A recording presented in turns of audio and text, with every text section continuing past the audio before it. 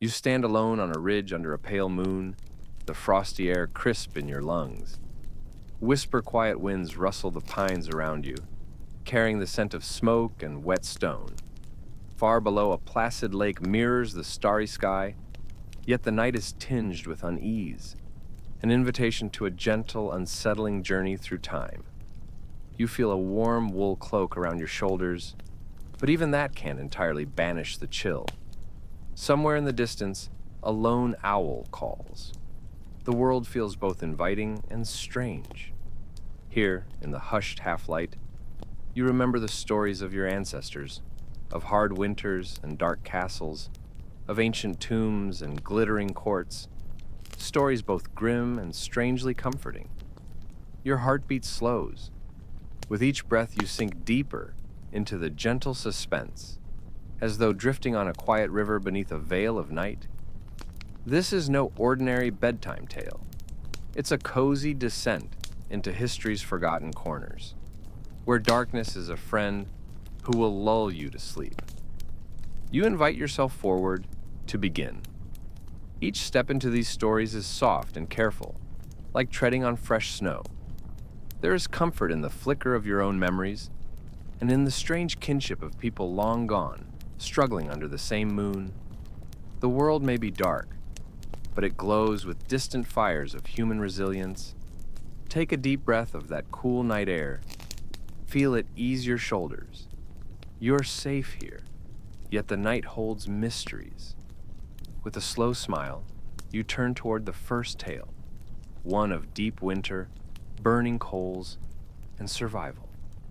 Sleep calls, but these whispers of the past rise up first, drawing you gently into their embrace. You are buried up to your waist in powdery snow. The wind howls like a wolf at the hut's broken door. Panic pulses at the edges of your mind. Above you, the night sky is a blank, cold blue-black. Below, darkness. The coals you had burning in the hearth have long died, and your breath comes out in steamy clouds that curl around your face like phantom fingers. Your hands, numb in heavy woolen mittens, paw desperately at the frozen earth. When you finally manage to throw open the door, a blast of frigid air bites your lungs. There is chaos all around, broken beams, spilled meager stores, and the blinding swirl of the blizzard beginning anew. How did it come to this? You gasp. The last thing you remember is trudging home on that trail. It began one frozen twilight. You had been a charcoal burner, eking out life in a mountainside forest. Your world was the Geel, a circle of earth where you stacked wood to smother it into charcoal. Each dawn you labored alone, shaping pyramid-like piles of shrub wood, heaped with turf to make that black gold. On Sundays, you'd stagger into the village tavern, trading charcoal cakes for bits of food and a cup of wine. As winter crept in, snow closed the trails, and you hauled your donkey back down the mountain daily to fetch water in heavy leather jugs. A tedious chore, but one that kept your fire alive. Wine and goat cheese and coarse corn flour, for polenta, were your only luxuries. Even these you rationed.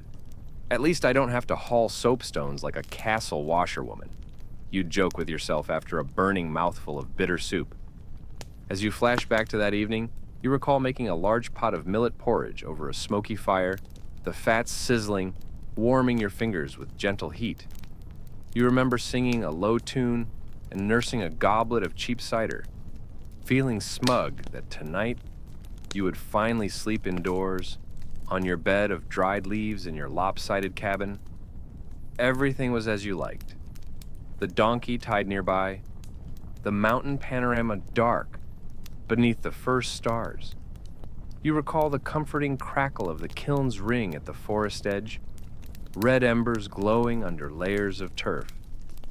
For a moment, warm and safe, you drifted to sleep. Then came the iron screech, a terrible cracking sound, and you awoke in a panic. The roof timbers, heavy with snow, had begun to collapse.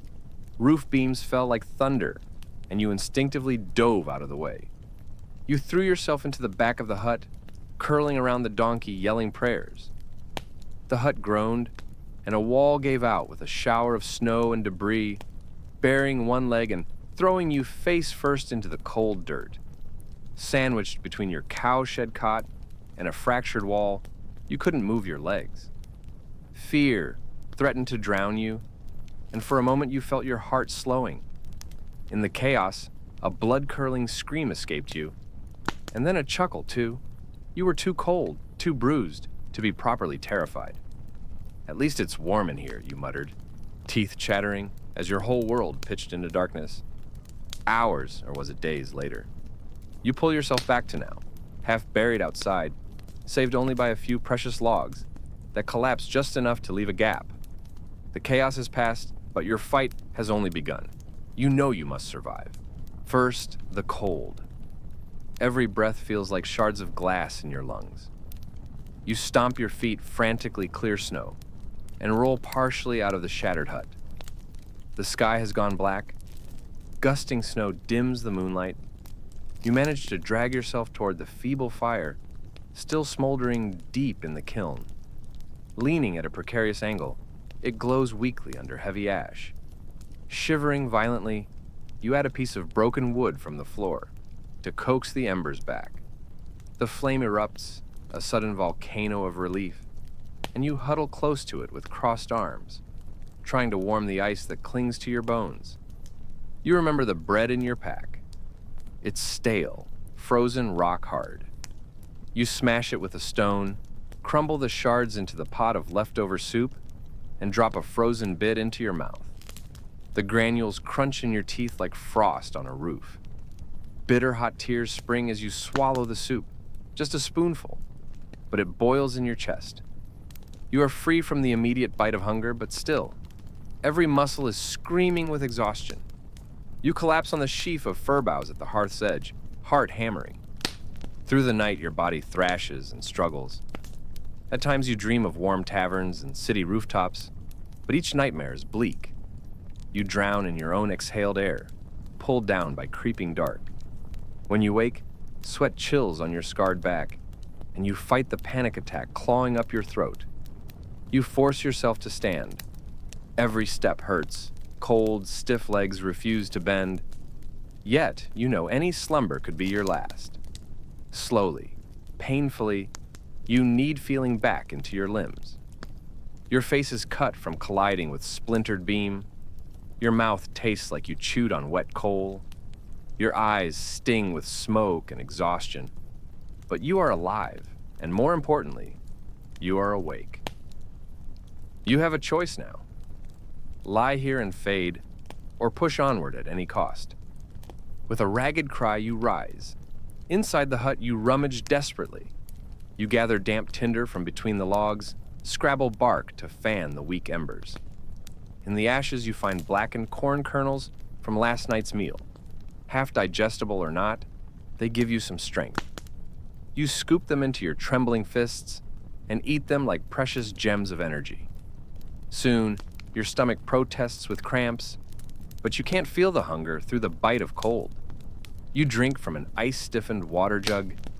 Each sip is agony on cracked lips, but life flows warm through your veins. In the dim firelight, you study the cost of your survival. Your fingers have lost feeling, numb stumps behind bloody nails. One leg is bruised but whole, the other twisted badly with a soft crackle you feel with every pulse. You set a makeshift splint from a board and some cloth. Every motion causes your brain to flash black, but still you mumble jokes to yourself, delirious and barely coherent. Well, at least you're not sinking in laundry. Day breaks pale gray. Your world is coated white and silent. The sun peeks through bullet holes in the cloud cover, gilding the ruins. You collapse into the snow, too weak to even shiver. You whisper a goodbye to the life you had, and to whatever friends or family might have been waiting for you who will never know. You pay your final respects to the donkey you hear lowing, alive and squinting in light. Everything it cost you, half your body's warmth, every drop of humor, and almost every ounce of hope. But you will survive. You will survive. And you will carry these scars, both inside and out, into the quiet dawn. A crow laughs at your misfortune from a frosted limb above. You swat at it, cursing softly with a crooked grin. "Not today, friend," you joke. As you trudge through waist-high drifts toward the distant village, your feet numb but mind strangely lightened by the dark humor, you realize something unexpected. You're alive and somehow almost grateful for the ordeal. The world feels absurdly normal again. Dry land crumbles under your boots as you return, the sun melting the winter's grip. Ahead, spires of stone and the castle's silhouette make for a jarring contrast to the wild forest. You squint in the sunlight and say, "At least there are no coal ovens in that place." In this moment of survival, the mundane troubles of others seem laughable. A second smile warms your face. The snow-thirsting mule plods beside you and you break into a tired whistle. The castle's stone walls loom before you, stocked deep with grievances and chores unknown. As you wipe cold sweat from your brow, you admit, to nobody in particular, that being stuck in a barnish cabin with frozen breakfast is easier than being a washerwoman at court. The absurdity and exhaustion of life pull humor from your lips even now. One step closer to home, one step further into dirtier toil. But for now, still fresh from the north wind, you revel in how small those castle troubles feel. You open your eyes to darkness and drips on your face. A chill seep from stone walls. Another day. Before you can even mutter, you feel the squelch of straw beneath you and the smell of sweat and something sour. The chamber pot has leaked again. You sit in damp straw piled over a bare floor. Your back aches and you wince. You slept only fitfully on lumpy hay, on top of the cold stones. The dawn is still gray. In the far corner, puddles of frozen water glint, and you realize those rolls of linen at your feet have been soaked overnight by spilled rainwater from the leaky roof. The cold air bites your nose as you stand. This castle keeps you because you are fearless. One day in this line, and you could never feel horror again. Up and out, you trudge. The toilet in the dungeon is a hole over a cesspool. Perched above it in the chimney-shaking silence, you empty your chamber pot through stone arrow-slit windows. Below you in the dank moat water, tendrils of dark foam swirl away. The wind catches an echoing howl from a caged convict, and you hurry to the laundry scullery to begin the worst chore of the day. Water awaits. You haul heavy buckets full of freezing water from the castle well up narrow stone steps, the iron buckets numbing your hands through the straw mittens. You pitch the water into a stone sink. It splashes up the soap slime ring on your skirt. There is no modern soap, only hard animal fat slivers and wood ashes saved from the hearth. A laundry version of lye, as any medieval washerwoman knows. Your skin feels raw, even through gloves. A thin washboard of ridged iron lies along the basin. Fingernails chipped, shoulders tired, you set to work. Garments of wool and linen, servants' trousers, kitchen rags, a royal petticoat, puff and fly under your thundering paddle. The linens are filthy. Yesterday's pig blood, old wine, chicken gravy, ash-black soot, and spent grease all film them. You immerse a rag in frothing lye water and beat it viciously against the wood. Thump, thump, thump. Each strike shoots dirt out of the cloth. Bruised on bruised knuckles, you laugh dryly.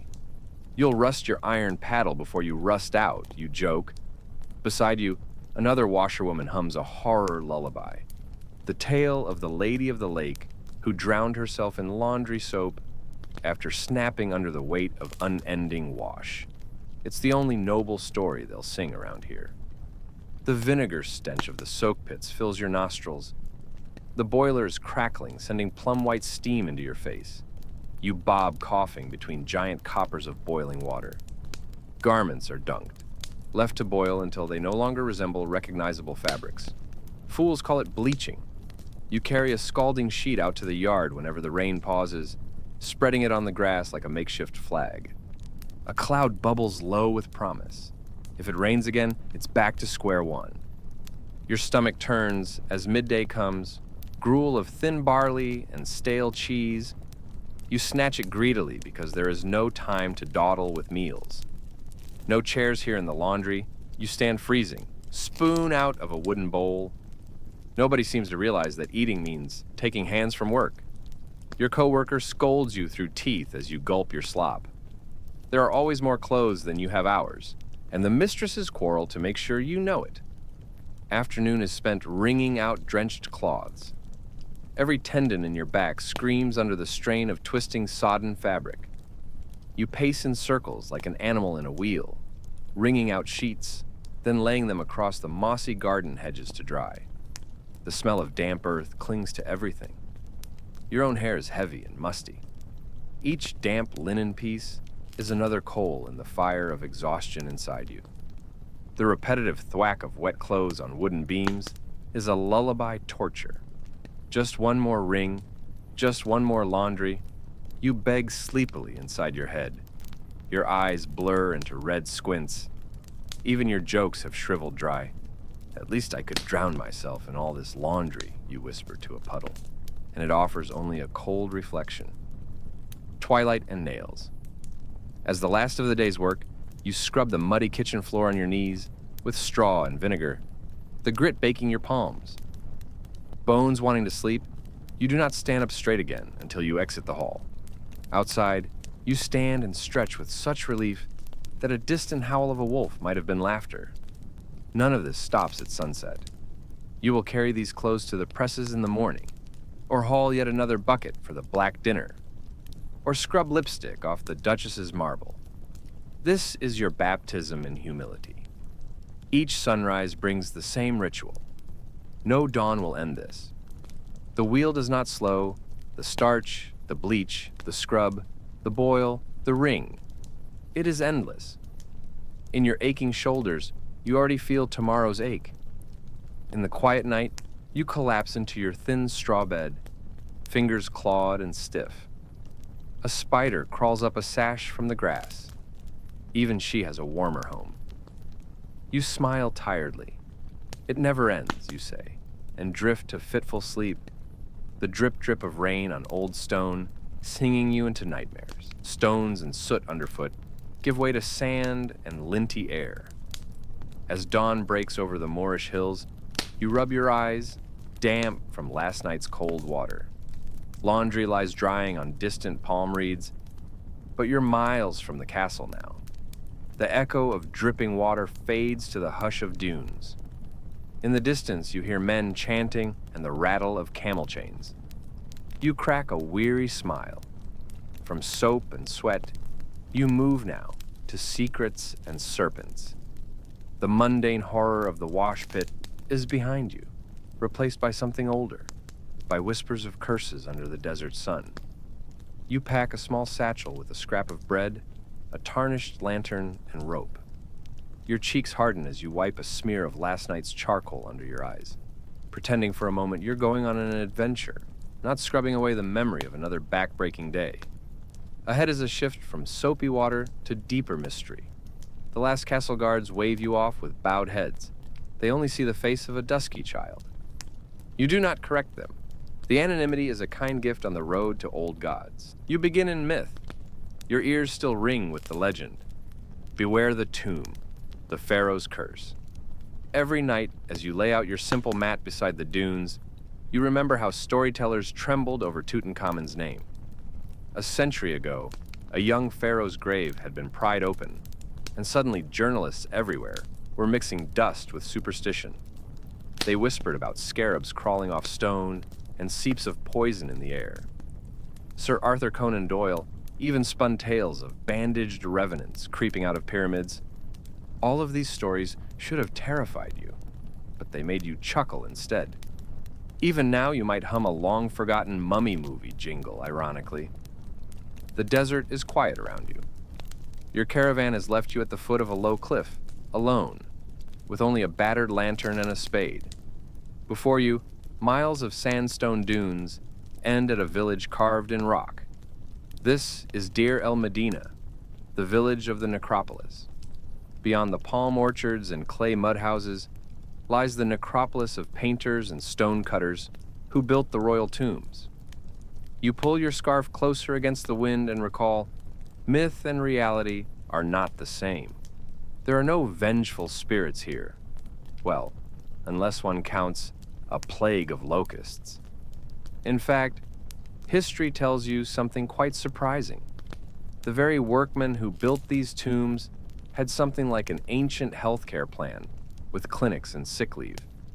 Paid days off if you fell ill. In Egypt, the pragmatism of it all still puzzles you.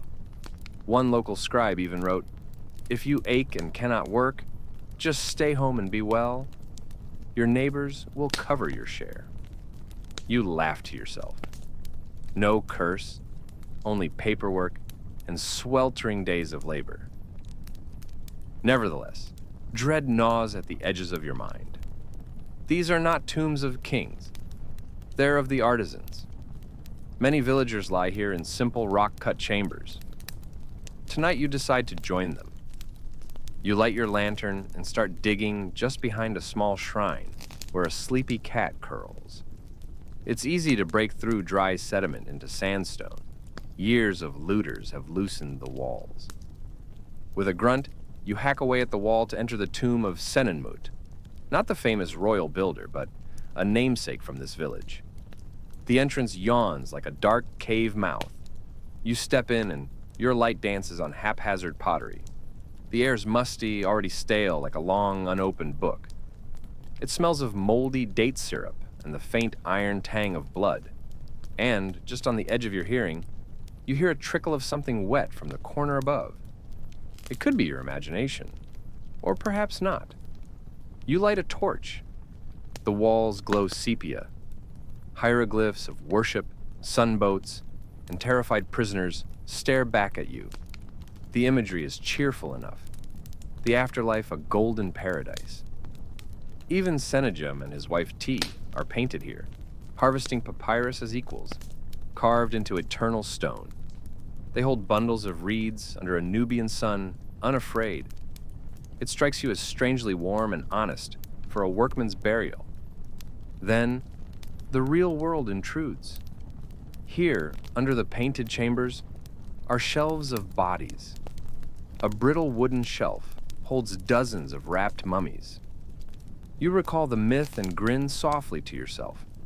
Would a curse manifest as stifling cobwebs, or just dust mites? You step between the shelves to get closer. The only sound now is the whisper of shifting sand somewhere outside, and your own heartbeat. In the light, you inspect the wrappings on one mummy. They are loose and decayed, cloth as fragile as tissue. The corners of a face peek out from yellowed linen. It stares back at you with empty sockets. Your throat tightens. While the myth says cursed mummy, the reality is much more visceral. These corpses were poorly embalmed. This man's chest gapes through torn bandages. You drop your lantern for a heartbeat. In the darkness of its cavity, you see black, spongy lumps, lung tissue, as if still breathing the air around him. A dusty breeze stirs more bits of wrapping. "Oh," you whisper. "He's just fragile." You force yourself not to step back. Instead, you tell a joke under your breath. "I hope he doesn't mind the guest list adding one." The humor is thin, an attempt to stave off fear. You pick up the lantern and peer at the mummy's hands, still crossed on its chest. Despite the roar of your nerves, you do not see any tiny hieroglyphic threats. No snake lay on his chest, no written curse, only two small copper amulets. You remind yourself, there are no monsters here, only histories. From the packed clay shelf, you carefully lift another bundle. This one is lighter, a child's mummy. It was a daughter of a worker, about a year old when she died. She's wrapped so tightly that only her closed eyes, peeking through holes in the bandages, greet you. You press a finger gently against the parchment-thin cloth on her forehead. The child's jaw relaxes, and the eyelids flutter down. For a moment, you feel heartbroken. Tears, cold as grave mist. Then horror prickles your spine. You smell decay too strongly. A sickly sweet musk rises from the wrappings. You catch a glint on your finger, a tiny dead insect wings. White maggots on your shirt, you jerk back. Now nearby, the earthy buzzing of live insects, flies, flits among the shadows. The workmen hadn't embalmed well. The thing that truly haunts here is not a curse, but entropy. You recall a story? Even the West had legends of eternal sleep graves. But here you see the mundane truth. Mummies in storage like these were feasting grounds for worms. Inside her coffin, you had found dead white worms that had presumably lived on the decomposing body. The skeleton you see might be nearly complete, but for the dark dust of ancient organs at her back. You choke back bile at the thought. The legend of curses meant nothing compared to the plague of maggots in one of these empty eye holes. Summoning every ounce of courage, you slide the lantern across the tomb wall. The firelight glints on the pile of 3,000-year-old bones. They are old royal workers, fair-skinned under grime, lined like statues in the sand. Some heads are missing, skulls split open. One skull is upside down. Light passes through its nose hole. Among them is the Lady Nefertari of the village. No relation to the pharaohs, just a peasant named after them. She died with all the graceful dignity of youth. Even she is curled in fragments now, dead worms nestling in her decayed bandages. The room seems to watch you in silence, the frescoes long, unblinking. You realize, in a whisper, the twist. The curse is ours, not theirs. In this place, the dead are victims of neglect, and the living must carry the weight of knowledge. You drop onto the sand beside the child's mummy. Her linens, brown and brittle, almost blend with the earth. You breathe that stench one deep, long time. This closeness to death is not a nightmare conjured by folklore. It's the still, cruel reality of decay. Finally, you extinguish your lamp. The tomb returns to darkness, no curses murmured in hieroglyphs, only distant hyena cries on the wind. You stand, resolve settled like the desert floor. The moon drifts overhead. In the silence, you promise the forgotten. You will carry this truth to the light, far away from midnight myths. With one last backward glance, the child's tiny skull dusted with sand, you step out of the tomb into the quiet night, carrying with you a chilling new respect for silence and what truly lasts in the end. Your footprints fade in the sand as dawn burns the east. Behind you, the necropolis falls quiet. The secrets of Deir el-Medina stay sealed underground, but you emerge changed. In the growing day, your mind sharpens, thoughts of bones turning to ash still clinging. Yet ahead lies a city of marble and masked intrigue. Venice. From the eldritch mystery of tombs, you walk now into the labyrinth of politics and poison. In the gondolas and piazzas, the faint echo of the past lingers. But a new danger looms. Royal power, pride, and deceit.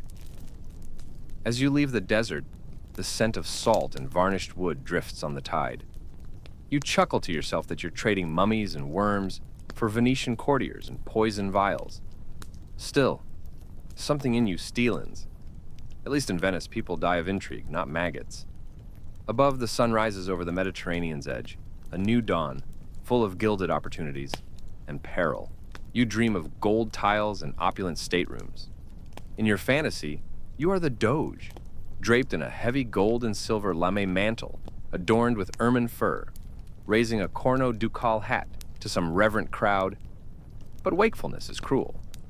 You're not royalty, but a humble scribe in a striped scarf, hired for a single curious task. Keep a diary of the Doge's council, a reluctant game from which you might never escape. This all started with ambition. Years ago, you arrived in Venice, eyes bright with 15 candles of fire. You were ready to climb, ready to write your name in chronicles. With a shock of dark hair and quick legs, you offered services as a secretary and spy master for hire. The ducal palace on Piazza San Marco promised gilded dreams. The labyrinth of duties in that palace was dizzying. You carry messages in the arcaded corridors, scribble notes in hidden alcoves under paintings of winged lions, translate treaties by candlelight. Every day is lessons in survival.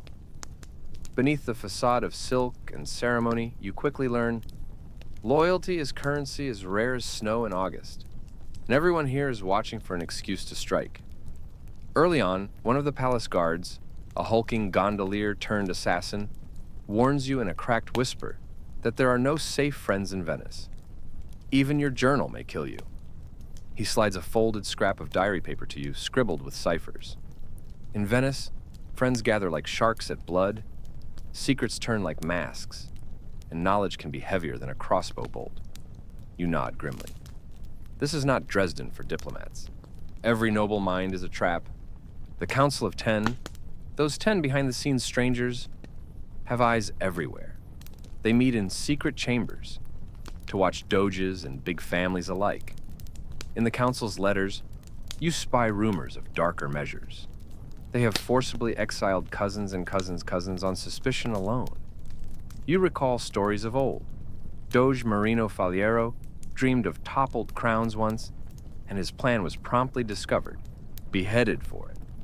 The Council of 10 was behind his downfall as easily as a babysitter catches naughty toddlers. You shudder. Power lives by sacrifice. Each day your fingers ache from writing, and your mind spins webs of which line to cross out. You write ambition in fluent calligraphy, then immediately shred the drafts when a new rumor arrives. Who knows which way the winds blow?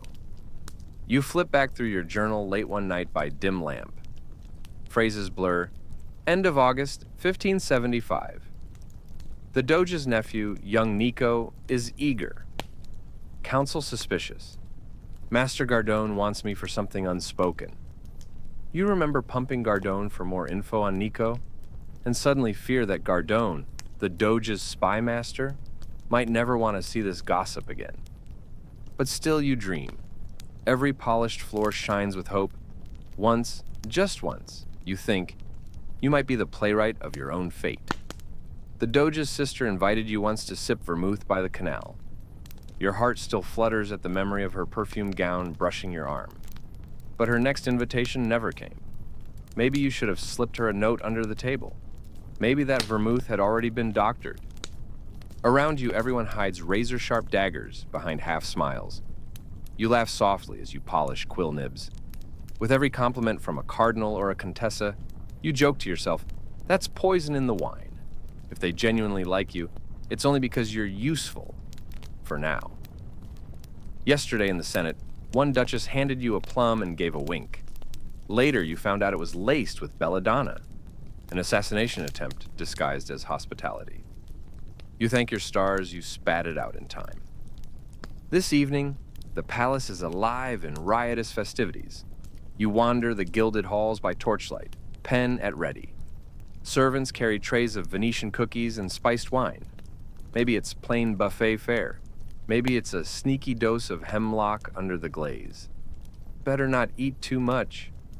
You smile softly at the cat prowling the corridor. Even he has sense to avoid human food here. At a masked ball in the grand hall, laughter echoes through marble vaults. Inside, you feel the opposite. Each echo is a whispered spy. Suddenly, you are summoned. The Doge's nephew stands at the top of the marble staircase, golden mask under arm. He claps you on the shoulder with a grin. Your report, friend? He asks, voice low like summer thunder. He is the one you've hoped for, the one who might just tip the scales. In one hand, he holds your personal diary, the one he found half written and hid when no one looked. You freeze. Everything stops around you except his calm eyes. You who expected betrayal, him who delivered it. You wrote today, Gardone conspires, he says, flipping pages. You swallow, the taste of bile on your tongue. Carefully you nod. You know you can't lie to him. If Gardone even suspects your complicity, you're lost. The nephew smiles tightly. Your stomach plummets as he adds quietly, and that's exactly what he'll think. Not a question, an assertion. With a ring of courtesy, He tosses the diary back into your hands. His gaze flickers somewhere beyond into some unseen future. Good. Keep writing. Your blood is ice in your veins. Did he just threaten you or promise to protect you? You bow and retreat, hiding the tremor in your fingers. Alone in a dark gallery, you sit and spill the ink from your pen like tears. The diary page flutters. A snail has crawled over dried spots. You palm the mask carved from teakwood on the column beside you. Who wore this? Who smiled through it? Anyone, it seems. Everyone at this court. Determined now, you slip from the crowd and lock yourself in a back chamber. By the light of a single candle, you pour new words.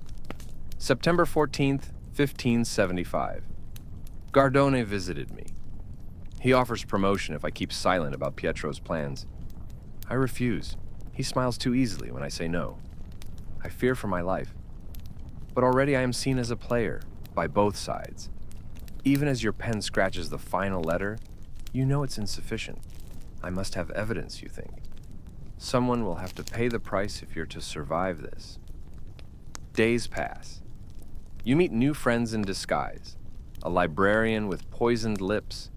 A dresser whose lace is laced with arsenic. Each day, the air seems spicier. Each word a double blade. Your own reflection in the Venetian canals has become haunted. The first stroke of hairline scarred by worry. Eyes hollow with sleepless vigilance. On nights when no feast is upon the marble, you retreat to your garret. Alone, you let your diary pages soak dark lines onto your soul. You smile bitterly as you close it each day. One more step closer to powers you half believe you deserve. One more wall closing in. Finally, it happens. A grand conspiracy blossoms. Gardone and you hatch a plot to replace the Doge's bad wine with harmless fruit juice. You clink glasses at midnight in secret, poison averted, loyalty proven. But at dawn, Gardone blinds you with tears. They did it anyway, he mutters. The Doge is dead at his breakfast table, his face as pale as carved marble. Silence fractures into hysteria. Bodies are seized, masks ripped off screaming nobility. In the courtyard beyond the palace's pink walls, the rumor is a serpent's hiss. The Duke of Mantua is accused of providing the vial. Guards latch onto the prince like they would a stray cat. You watch from the shadows as they haul him down a procession of pillars. Pietro's eyes meet yours briefly. On the crimson steps, he is made to kneel. He slips you a note. Trust. Burn all pages but mine. Before you can react, the blade falls. You put a foot on the ascending dais. In the crowd's silence, a cold choir of crows wheels above. Smoke curls from a single, unsuppressed candle in the great hall. You think of each word you've penned these weeks. Manipulation, ambition, paranoia, betrayal, power. Around the foot of the stairs, Pietro's dark blood spills out in a feathered pattern. You have recorded everything, yet the truth dies here. The Doge's last words were delirious, thanking prayers for a brother. The Council of Ten calls it clear justice. By evening, Venice's heartbeat thumps back to life, but you are broken. Too many secrets and too much guilt weigh upon you. In the palace library at night, you burn your own pages, tear them and scatter them to the furnace. Your diary is no longer a cloak or a weapon. It's charred ash on marble. From its pages you whisper a final entry. I learned the cost of ruling. The crown weighs on a corpse. The echo of your voice is soft against stone, and the Doge's portrait watches. The half-smile ghostly in firelight. You step away from the dying fire and out onto the balcony. Beneath the warm Adriatic moon, you inhale the mist of the Grand Canal, feeling lighter somehow. In the distance, a church bell tolls midnight. The great wheels of power have turned, leaving you spindled and weary. But against every dark tale you've lived, you remember this. You survived. You're still here, trembling and alive, and free of the crown's weight. Wrapped again in your wool cloak, you leave the tales behind. Each story has ended, and you wake gently at home in the quiet. No stinging cold, no endless laundry, no tomb dust, and no need to sip quiet vermouth in fear. In your cozy room, the heat hums, and you feel the softness of sheets that cost no lives. You run warm water in a tin bath and sigh at the luxury. As you scrub soap once glossed clothes in a modern laundry tub, the rhythm lulls you. Your mind drifts over what your ancestors endured. In gratitude, you smile at how everything has changed. The coal stove warms without fear of collapse, the flannel sheets smell of lavender, and modern doctors' potions ward off sickness. You brew a cup of quiet chamomile tea and sip it with shaking hands, thinking of each soul who survived so you could know comfort. The coal burner who lost a leg, the washerwoman with numb fingers, the lost child in Egypt, the conspirator in Venice. All their stories ebb from your mind, like waves dissolving on smooth sand. You whisper thanks to them, grateful for your soft bed and running water. The house cat, your guardian now instead of a tomb cat, purrs gently. You press your hand on a quilt and feel the warmth. Outside the window, the moon sails on, quiet and impartial. Sleep tugs at your lids. You stretch under warm covers, exhausted but alive. The past's hard lessons begin to blur and fade. Sleep well, you murmur to the night, for tomorrow's safe. The cough of a wood stove is the lullaby. Every shadow in the room is benign and still. At the cusp of slumber, one final smile touches your lips.